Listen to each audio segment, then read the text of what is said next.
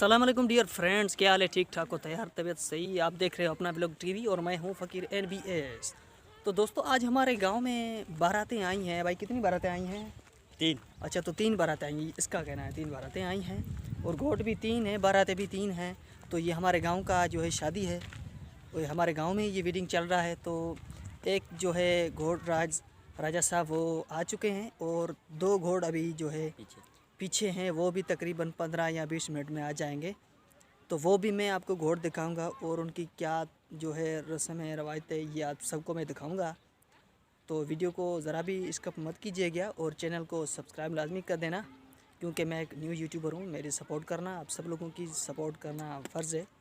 तो जैसे YouTube support करेंगे तभी हम जो यूट्यूबर्स हैं वो आगे चलेंगे, अगर सपोर्ट नहीं करोगे तो आगे हम नहीं चलेंगे।